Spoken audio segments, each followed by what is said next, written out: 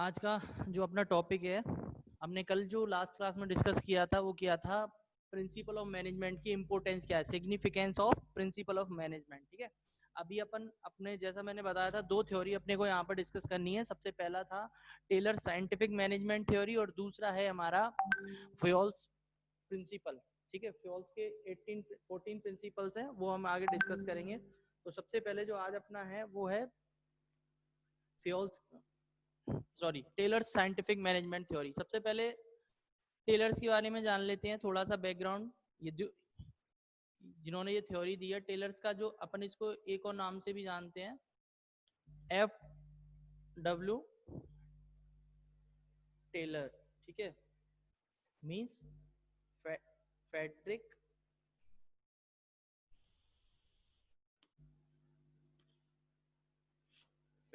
वेल्सम,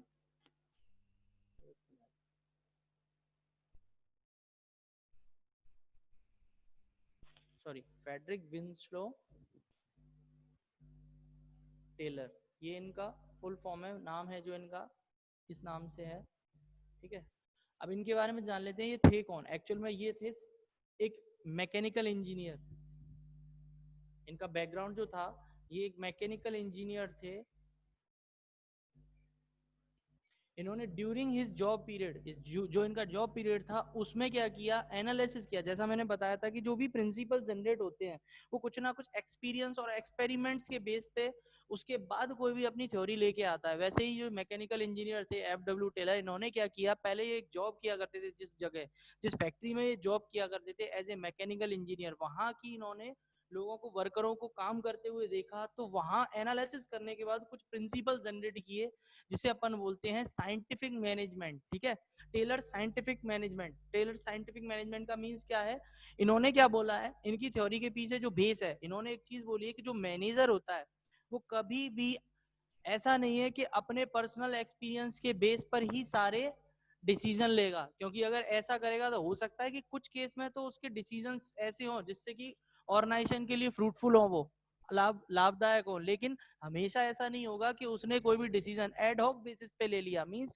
बिना किसी scientific approach को, बिना कुछ एक्सपर्टीज इवेल्युएशंस किए बिना उसने कोई भी डिसीजन लिया, तो हो सकता है कि जो रिजल्ट आने चाहिए उसके अगेंस्ट कुछ नेगेटिव रिजल्ट भी आ सकते हैं। तो ये जो टेलर थे इस तरह की थ्योरी के अगेंस्ट थे कि कभी भी मैनेजर को क्या है, काम कैसे करना चाहिए, बिना किसी ऐसे प्रिंसिपल को फॉलो किए बिना कोई डिसीजन नहीं लेना चाहिए। ठीक है, अब इसमें क्या चीज है, इन्होंने इनका जो मेन इस थ्योरी के पीछे जो बेस है वो है साइंटिफिक नेचर।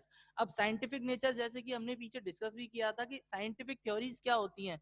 साइंटिफिक मीन्स होता है जिनका कुछ स्टैंडर्ड होता है, जो कि जनरल ट्रुथ होती है, जिनको अपन यूनिवर्सली अप्लाई कर सकते हैं all over the industry, all over the organisation, all over the world. जिनका रिजल्ट, जिनकी हर सिचुएशन में सेम ही निकल के आने वाला होता है, उसको बोलते हैं अपन साइंटिफिक। मींस जो कुछ ना कुछ कॉज एंड इफेक्ट एनालिसिस पे बेस्ड होती हैं। मींस ऑर्गेनाइजेशन में जब भी कोई मैनेजर काम करेगा तो इनके अकॉर्डिंग क्या है, उसको साइंस की तरह कुछ स्टैंडर्डाइज फॉर्मेट होते हैं, स्टैंडर्डाइज प्रिंसिपल्स होते हैं, उनको ही फॉलो करना चाहिए। उन्हीं के थ्रू कोई भी डिसीजन मेकिंग करनी चाहिए, तभी ऑर्गेनाइजेशन के जो गोल हैं वो हमें अचीव हो पाएंगे। ठीक है, तो टेलर साइंटिफिक मैनेजमेंट के बारे में पढ़ते हैं। It implies conducting of business activity according to standardised tools. अब स्टैंडर्ड्स कहाँ से निकल के आता है, इनके अकॉर्डिंग क्या है कि सबसे पहले हमें, अगर मैनेजर कोई काम कर रहा है तो उसको क्या करना पड़ेगा, एक स्टैंडर्ड डिसाइड करना पड़ेगा कि उस स्टैंडर्ड तक कोई भी, जो भी वो मेथड यूज कर रहा है या कोई भी पॉलिसी यूज कर रहा है या किसी भी तरह का कोई प्रोसीजर यूज कर रहा है, तो वो कैसा होना चाहिए, एक स्टैंडर्ड में जाके काम करेगा, उसका वो सेट स्टैंडर्ड फिक्स करेगा।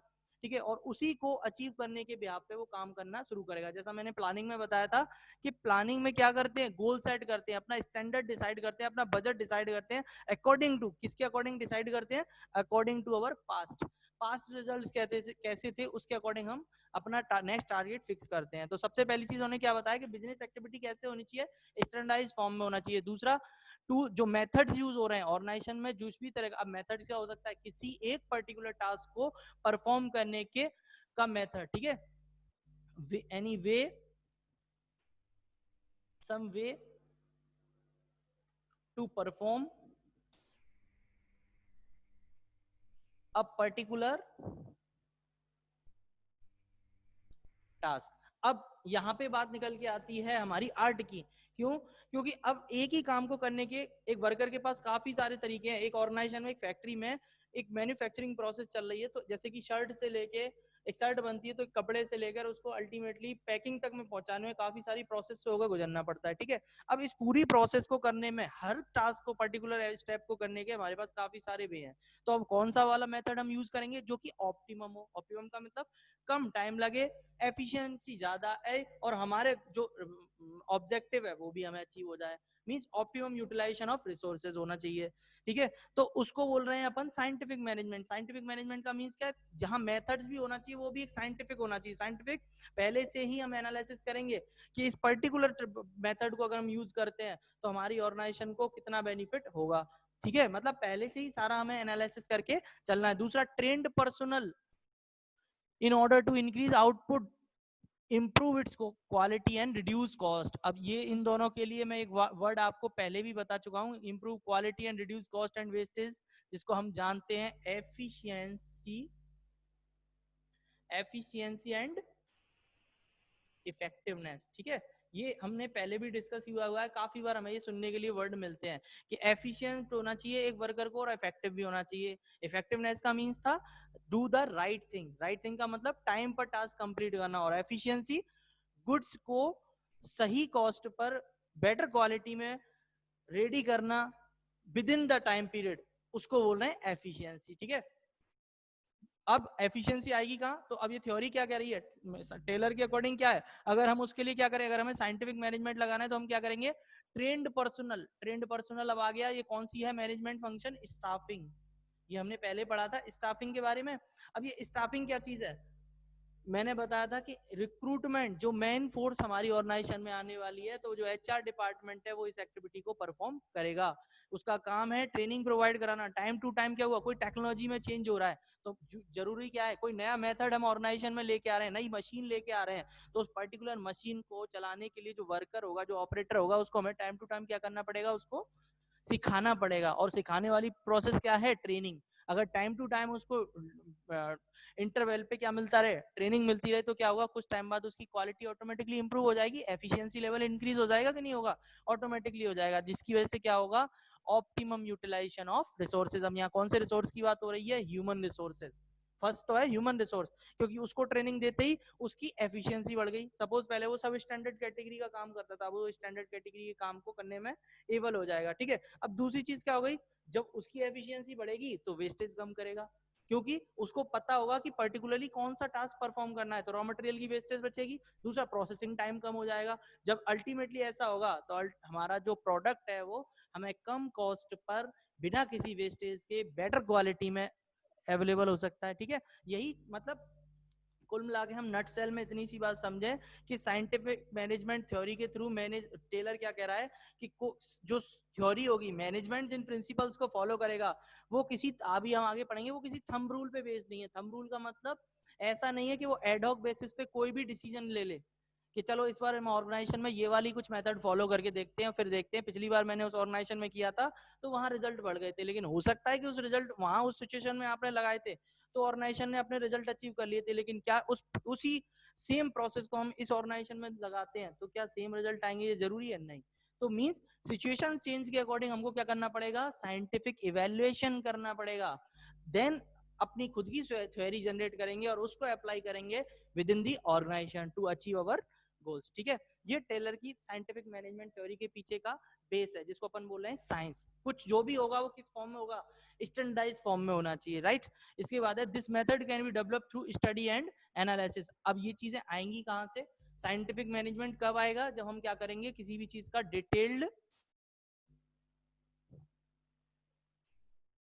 डिटेल्ड इवेल्युएशन, कि पिछली वाली जो ऑर्गेनाइजेशन थी या पिछली वाली पर्टिकुलर एक्टिविटी में हमने जब वो एक प्रिंसिपल अप्लाई किया था तो उसके रिजल्ट आए थे, तो क्यों आए थे और किस तरीके से हमने उसको अप्लाई किया था, क्या उसको एज इट इज अप्लाई किया जा सकता है या कुछ चेंजेस की जरूरत है। तो जब इस तरह की डिटेल्ड एनालिसिस होंगे तो ऑटोमेटिकली क्या होगा? एक मैनेजर टाइमली सही डिसीजन देगा और एफिशिएंसी उसकी भी ऑटोमेटिकली इंक्रीज हो जाएगी, और वहां पर एफिशिएंट मैनेजमेंट उस ऑर्गेनाइजेशन में धीरे धीरे बिल्डअप होना शुरू हो जाएगा, ठीक है। अब समझते हैं इनके क्या प्रिंसिपल थे। अच्छा, ये चीज समझ में आ गई, एक बेस समझ में आ गया आप सबके कि प्रिंसिपल क्या है, टेलर वाला बात कर रहा है, कुछ भी ऐसा नहीं कि हम एडॉक बेसिस पे कुछ भी काम कर लेंगे, हमें जो भी डिसीजन लेना है मैनेजर को, जो भी प्रिंसिपल फॉलो करने हैं वो कैसे होने चाहिए, साइंटिफिक अप्रोच वाले होने चाहिए। और साइंटिफिक अप्रोच क्या कहती है, कुछ भी करो वो प्रॉपर डिटेल एनालिसिस एक्सपेरिमेंट्स के बाद ही हम कोई थ्योरी वर्ल्ड के लिए जनरेट करेंगे। That is the Taylor scientific management theory. ठीक है, अब इसमें इन्होंने कौन कौन से प्रिंसिपल्स की बात की है उसको पढ़ लेते हैं। इन्होंने ये बातें बताई हैं, सबसे पहले science, not rule of thumb, जो अभी मैं आपसे डिस्कस कर रहा था कि ऐसा नहीं है। रूल ऑफ थंब का मतलब यहाँ क्या है, कुछ भी ऐसा नहीं है कि हमने अपना पास्ट ईयर का हमारा जो एक्सपीरियंस था एज इट इज उसको अप्लाई कर दिया। अब आप कहोगे सर कि ये चीज तो आपने पहले भी हमको बताई थी कि नहीं, पास्ट ईयर का एक्सपीरियंस भी काउंट होता है। Yes, but that particular experience is related होना चाहिए उस ऑर्गेनाइजेशन का जो पास्ट एक्सपीरियंस था, उसको क्या हम दूसरी प्रेजेंट ऑर्गेनाइजेशन में लगा रहे हैं, क्या वो दोनों रिलेटेबल हैं, क्या उनके बीच में कोई रिलेशन है, क्या उनको एज इट इज हम अप्लाई कर सकते हैं। अगर सिमिलर नेचर की है तो हो सकता है उनका ट्रांजेक्शन अलग अलग हो, उनकी वर्किंग स्टाइल अलग अलग हो, या पर्टिकुलर कोई प्रॉब्लम अलग हो। तो हमें सारी चीजों का डिटेल एनालिसिस करना पड़ेगा और उसके बाद ही हम क्या करेंगे, अपना कोई भी जजमेंट या कोई भी प्रिंसिपल यहाँ पे फॉलो करेंगे। ठीक है, तो सबसे पहले science not a rule of thumb, ये सबसे पहले अपन देखते हैं। दूसरा इन्होंने दिया हार्मोनी नॉट डेस्कॉर्ड। तीसरा है अपना कॉर्पोरेशन नॉट इंडिविजुअलिज्म। लास्ट है अपना development of each and every person of his and her greatest efficiency and prosperity. तो सबसे पहले अभी वाला देखते हैं जो अपन डिस्कस कर रहे थे, science not rule of thumb. ठीक है, मींस टेलर्स की जो थ्योरी है, साइंटिफिक थ्योरी, वो किस चीज की बात कर रही है, detail evaluation, detail analysis, experiments and cause and effect analysis. उसके बाद ही हम जो हमने पहले पढ़ा था सारी चीजें नेचर ऑफ मैनेजमेंट में, वो सब कुछ अप्लाई करना पड़ेगा एज ए साइंस, तब जाके हम कोई भी डिसीजन मेकिंग करेंगे एक पर्टिकुलर ऑर्गेनाइजेशन में। There should be scientific study and analysis, ये अभी हमने डिस्कस किया था, in each element of a job. Means एक जॉब का मतलब यहाँ क्या बता रखा है, कोई भी एक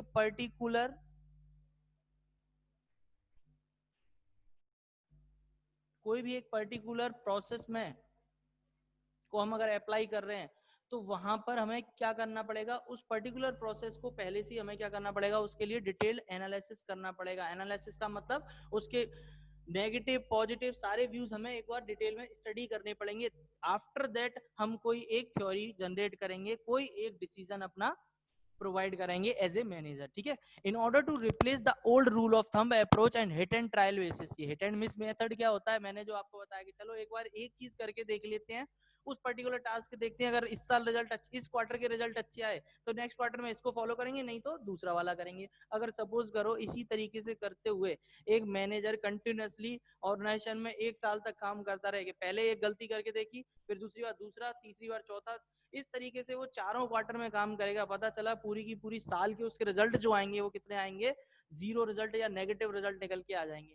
मींस अब हमें क्या करना है, इसीलिए मैनेजर के से क्या एक्सपेक्टेशन कर रहा है टेलर, कि अपने को क्या करना है, साइंटिफिक अप्रोच लगानी है। ऐसा नहीं है कुछ भी उठा के कहीं भी चिपका दिया ना, हमको क्या करना है, पहले डिटेल्ड में चीजों को समझना पड़ेगा, चाहे वो एक किसी पर्टिकुलर स्टेप को लेकर ही बात क्यों ना रही हो। ठीक है, next, we should be constantly experimenting to develop new technology which make the work much easier, much simpler and quicker. Scientific method involve investigation of traditional method through work strategy. Means बात क्या कर रहा है, ये method किस चीज की बात कर रहा है, हमें करना क्या पड़ेगा यहाँ पे इसके लिए, जिससे कि हर जगह पे साइंटिफिक अप्रोच लग जाए। अब हमने कह तो दिया कि हर जॉब पे हर एक्टिविटी पे हमको मैंने साइंटिफिक अप्रोच लगानी है, लेकिन इन्वेस्टिगेशन ऑफ ट्रेडिशनल मेथड, उसके लिए हमें क्या करना पड़ेगा, जो हम आज तक हम करते आ रहे थे उन सारी की सारी स्टेप का हमें पता करना पड़ेगा कि उसके जो रिजल्ट्स आए, ज्यादा भी हो सकते हैं कम भी, वो क्यों आए, उसके पीछे क्या रिजल्ट था। तो उसके लिए हमें क्या करना पड़ेगा, यहाँ पर डिटेल्ड स्टडी, पिछली detailed studies of last of past performance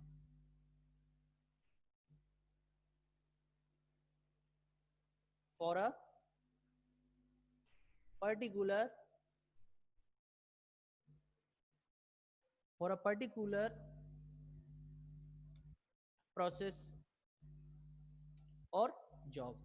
कोई एक पर्टिकुलर काम को करने के लिए हमने क्या क्या किया था, उससे क्या रिजल्ट निकल के आए, पहले हम अपने पास्ट को एनालिसिस करेंगे। मींस जैसे कि हमें सपोज करो आपके ऊपर बात करते हैं कि अगर एज ए स्टूडेंट हमें स्टडी करनी है कि हमारे पास्ट ईयर में हमने कैसी प्रिपरेशन की थी, उससे हमारे क्या रिजल्ट आए। हमने अगर 11th का अपना डेटा उठा लिया कि हमें बिजनेस स्टडी जब हम पढ़ रहे थे तो हमने किस तरह की स्टडी की, उसके क्या रिजल्ट आए, तो अगर हम उसका एक बार डिटेल में एनालिसिस करते हैं तो हमें पता चल जाएगा कि क्या पॉजिटिव था क्या नेगेटिव था, राइट। तो अगर हम ऐसा करते चलेंगे कंटिन्यूसली तो कुछ समय बाद जो हमारा नेक्स्ट ईयर आएगा उसके लिए हम क्या कर सकते हैं, उसमें चेंजेस कर सकते हैं, नए कुछ फॉर्मूला जनरेट कर सकते हैं, नई टेक्निक लगा सकते हैं, नया इनोवेशंस कर सकते हैं, या करेक्टिव मेजर्स अप्लाई कर सकते हैं जिसको अपन कंट्रोलिंग एक्टिविटी बोलते हैं, राइट। तो समझ में आ गया। पहला क्या चीज बताई है उन्होंने, साइंटिफिक अप्रोच पे काम करेगा कोई भी मैनेजर। ऐसा नहीं है कि रूल ऑफ थंब लगा दे। इस सबको जो अपन रूल ऑफ थंब बोल रहे हैं कि अगर हम हिट एंड ट्रायल मेथड या कोई ट्रेडिशनल मेथड को एज इट इज अप्लाई कर रहे हैं, that is the rule of thumb. ठीक है, एक मिनट, एक कॉल अटेंड करते हैं।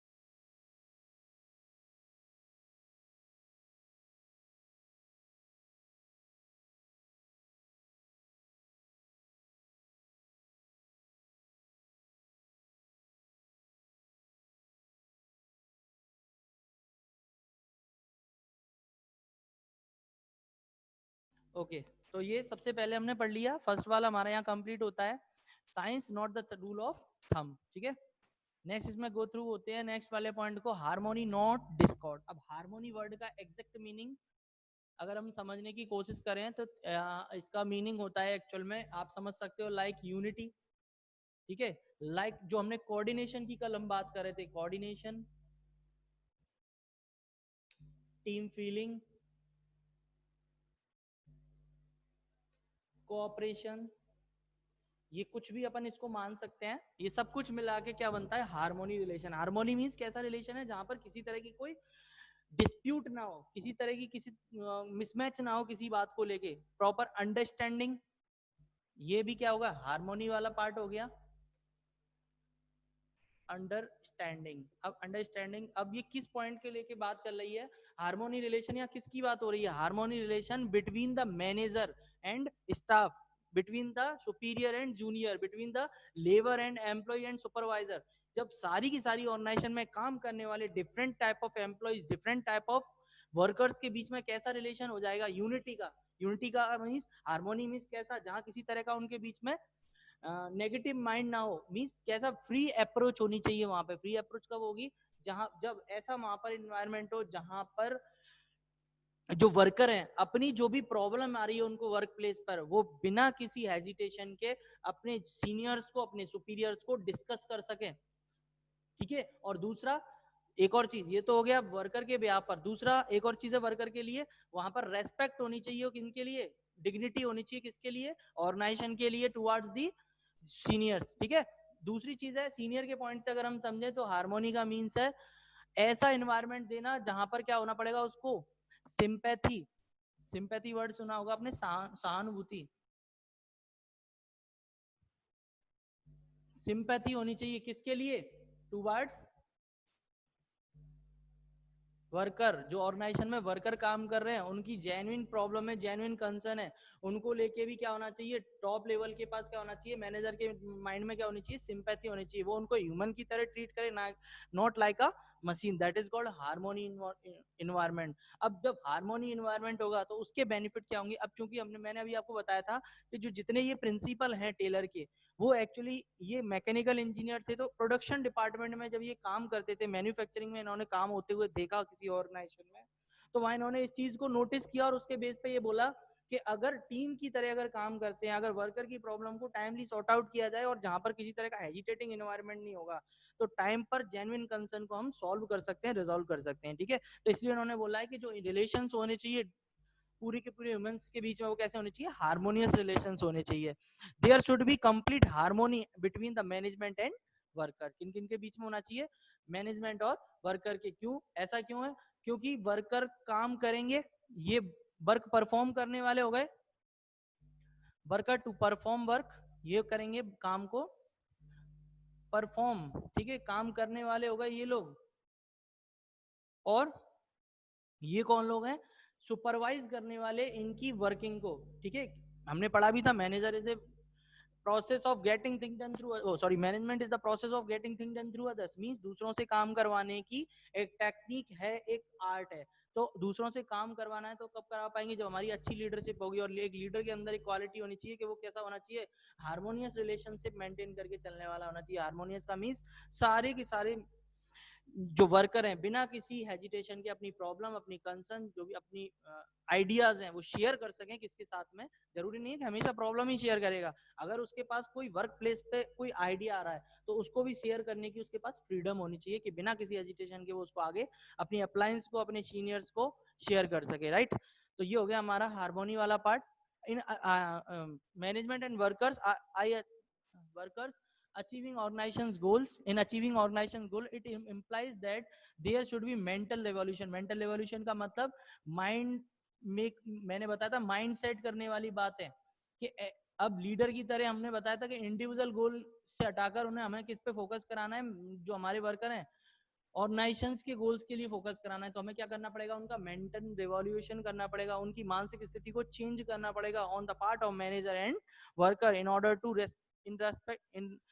Respect each other. इससे क्या होगा, जब mentality towards the organisation as a team हो जाएगी तो ऑटोमेटिकली वो अपने वो मैनेजर को एक बॉस ना समझ के, क्या होगा, जनरली होता है क्या, वर्कर क्या होते हैं या कोई भी एम्प्लॉय होता है वो क्या है, अपने बॉस की बात को फॉलो करना नहीं चाहता है, ठीक है, उनको क्या करता है, विरोध करता है उन चीजों का। लेकिन अगर हार्मोनी रिलेशन होगा, lead as a leader manager जब अपने वर्कर को साथ लेके फ्रेंडली इन्वायरमेंट में काम करेगा तो क्या होगा, वो उनकी बात को फॉलो करना लगेंगे और रेस्पेक्ट भी करना शुरू कर देंगे, ठीक है। Each others role and eliminate any class of conflict. Conflict का मतलब मैंने जो बताया था, लाइक अ डिस्प्यूट, किसी भी तरह का डिस्प्यूट जो होगा वहां पे उसको क्या कर सकते हैं, रिजॉल्व। कंफ्लिक्ट का मतलब क्या हो सकता है, किसी भी तरह का कोई डिस्प्यूट या कोई भी विरोधाभास जिसको अपन बोलते हैं। डिस्प्यूट का मतलब है किसी भी पॉइंट को लेकर दोनों में डिफरेंट डिफरेंट व्यूज हो जाते हैं, जब जिसकी वजह से आपने देखा होगा टाइम टू टाइम क्या होती है, स्ट्राइक पर चले जाती है लेबर, वो होता है कन्फ्लिक्शन। कन्फ्लिक्शन क्या हुआ, वर्कर कह रहे हैं कि सर हम ओवर टाइम काम करें तो हमको क्या चाहिए, ओवर टाइम पैसा चाहिए, लेकिन वो मैनेजर क्या बोला है, आपको कोई पैसा नहीं मिलेगा, आपको इसी पेमेंट के साथ में ओवर टाइम काम करना पड़ेगा। तो क्या हो गया, दोनों के बीच में क्या हो गया, कंफ्लिक्ट क्रिएट हो गया। अगर अब हार्मोनी रिलेशन में क्या होता, अगर as a team leader manager क्या करता, इस बात को बताता कि अभी कंपनी के पास there is an scarcity of funds, तो जिसकी वजह से क्या है, अभी 1 महीने तक आपको 1-1 घंटे एक्स्ट्रा काम करना पड़ेगा। और इन द अगर आफ्टर 1 ईयर अगर कंपनी ग्रो करती है, कंपनी के प्रॉफिट बढ़ते हैं, सेल बढ़ती है, तो कंपनी आपको बोनस प्रोवाइड करेगी इस बिहाफ पर, ठीक है। तो अगर इस तरीके से अगर इस कन्फ्लिक्शन को मिटाते तो हो सकता था कि क्या है, मैनेजर जो हमारा वर्कर है वो 1-2 घंटे एक्स्ट्रा काम करने के लिए रेडी हो जाए। जैसे आपने देखा होगा कि हमारे घर में कोई लेबर काम करने के लिए आती है, मिस्त्री कोई काम करने के लिए आता है, अगर हम उसको प्यार से ट्रीट करते हैं, उसके साथ फ्रेंडली बिहेवियर करते हैं, बिना किसी कमांडिंग अप्रोच के काम करते हैं, तो वो क्या है, कुछ एक्स्ट्रा काम करने के लिए भी रेडी हो जाता है। लेकिन अगर हम उससे हर बात में उसके साथ क्या करते हैं, बहस करते हैं, या उससे क्या होते हैं, कमांडिंग एज ए कमांडर की तरह उसके साथ उसको ऑर्डर देते हैं, तो कुछ समय बाद क्या होता है, वो इरिटेट हो जाता है और वो क्या करता है, बस जस्ट काम को खत्म करने के लिए कोशिश करता है, not to do the work with his own efficiency. वो अपनी 100% एफिशिएंसी को यूटिलाइज नहीं करता। तो इसलिए टेलर ने क्या चीज बोली है, हमें क्या करना है, हार्मोनी रिलेशन क्रिएट करने, नॉट डिस्कॉर्ड का मतलब ऐसा नहीं होना चाहिए कि दोनों के दोनों डिफरेंट डिफरेंट वेज में काम करें। इसके पीछे बेसिक रीजन भी है। बेसिक रीजन क्या है कि अगर हार्मोनी हमें गोल अचीव करना है तो ऑर्गेनाइजेशन में सबको एज ए ग्रुप की तरह काम करना पड़ेगा, और ग्रुप में काम करने का मतलब सबको फ्रेंडली बिहेवियर रखना पड़ेगा, राइट। तो बाकी अपन कल डिस्कस करते हैं, अभी आज के लिए इतना ही, ठीक है।